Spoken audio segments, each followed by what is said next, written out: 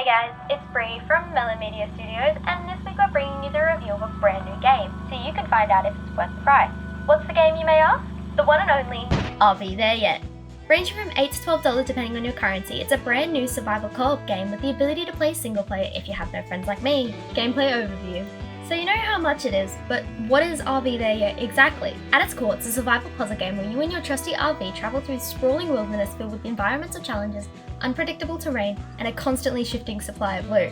The main goal is simple: survive the trip, keep your RV running, and make it as far as you can without completely losing your mind. All that work just to hit a tree? Are you joking?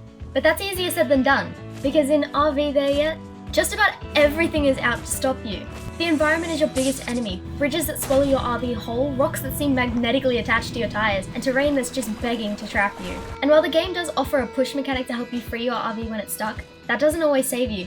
In fact, it's shockingly easy to get soft-locked, unable to move, unable to progress, and forced to restart from a checkpoint, at least from my perspective.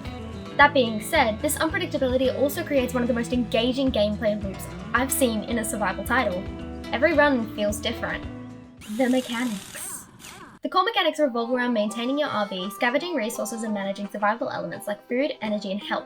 Let's start with the RV itself, which acts as both your lifeline and your biggest liability. You'll constantly have to repair it, keep it fueled, and make sure it doesn't literally explode from neglect. I just crashed into a wall. You can weld the frame at repair stations, tighten the bolts on wheels, or replace them entirely with new ones found along the road. And don't forget to check your oil, because if it runs out, you're not stranded, you're sitting in a ticking time bomb. These systems make the RV feel like a living, breathing entity. A vehicle that demands respect and attention, not just something you drive from point A to B. Then of course there's the resource management. Scattered throughout the world are items like food, drinks, scraps, and medical supplies. Each of these has unique gameplay relevant effects. For example, antidotes prevent poisoning from snake bites, soda and beer provide temporary strength boosts that help you push the RV when it gets stuck. Cigarettes give you a short burst of speed, EpiPens help revive your friends, and scraps are used to help repair the RV. It's a clever risk-reward system. You're constantly weighing survival needs against limited inventory space and unpredictable encounters.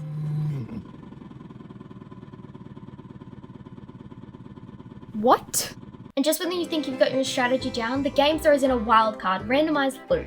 Every respawn changes what items you'll find. Sometimes you'll be spoiled for choice, loaded with repair kits, food, and tools. Other times you'll spawn into a near barren world with every item matters. The randomization keeps Are We There Yet endlessly replayable. It makes every run feel like it's its own little adventure, full of close calls, creative problem solving, and unexpected victory. But don't worry, because no matter what happens, you'll always have an endless supply of cigarettes. Systems. What really impresses me though is how the systems work together to create a sense of grounded realism. The environment feels alive. The game gives subtle hints throughout its loot placement, finding bear spray before entering a forest, or antidotes before getting bit in the face by a snake. This tells you exactly what dangers might lie ahead. It's a quiet form of environmental storytelling that rewards attentiveness without holding your hand. Then there are the co-op systems, which absolutely transform the game. You can team up with friends, communicate through emotes, thumbs up, thumbs down, even play rock, paper, scissors to settle an argument, and revive each other with EpiPens or a designated revival station. It's here that Are We There Yet truly shines. Everything from pushing the RV out of a ditch together to dividing tasks like repairing and scavenging feels organic. You'll laugh, you'll yell, and sometimes you just sit there shaking your head at how absurdly broken your RV has become. But here's the thing, if you're playing solo, the tone shifts dramatically. The game becomes far more punishing. Tasks that would be easy with two players suddenly feel monumental. Getting stuck isn't just an inconvenience, it's a run-ending event. You don't have anyone to revive you, push the RV from the other side, or share the workload. It's a completely different experience, more isolating, more intense, and sometimes genuinely frustrating. But that's also part of the charm. Are We There Yet doesn't sugarcoat survival, it forces you to adapt. All that work for nothing. I'm gonna cry. It's okay, I know what to do now. Aesthetics.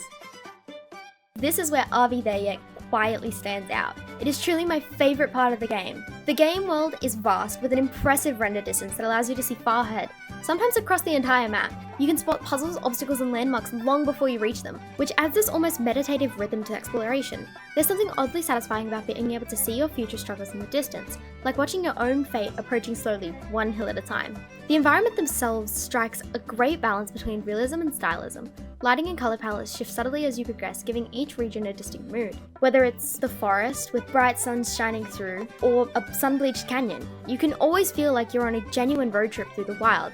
And then there are the details. Cosmetic items like hats and glasses scattered around the map give players something lighthearted to chase between survival challenges. It's not just about staying alive, it's about looking stylish while doing it. Oh, and yes, there's an in-RV toilet you can use to check out your outfit.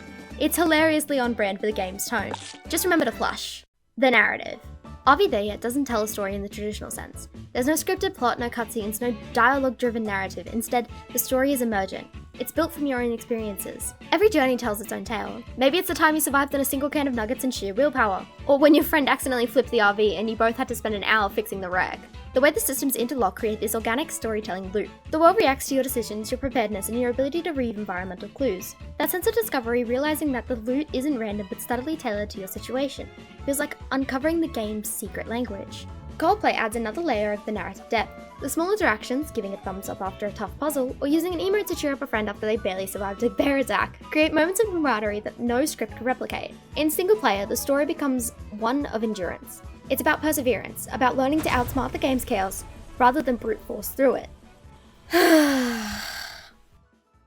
I'm gonna have to redo all of that again. Final thoughts.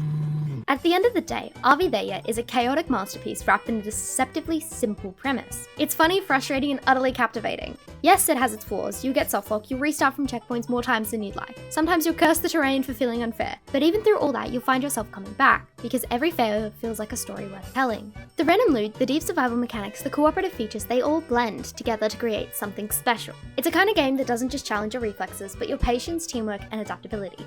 And for the price of around $10 to $20 depending on your region, it's an absolute steal.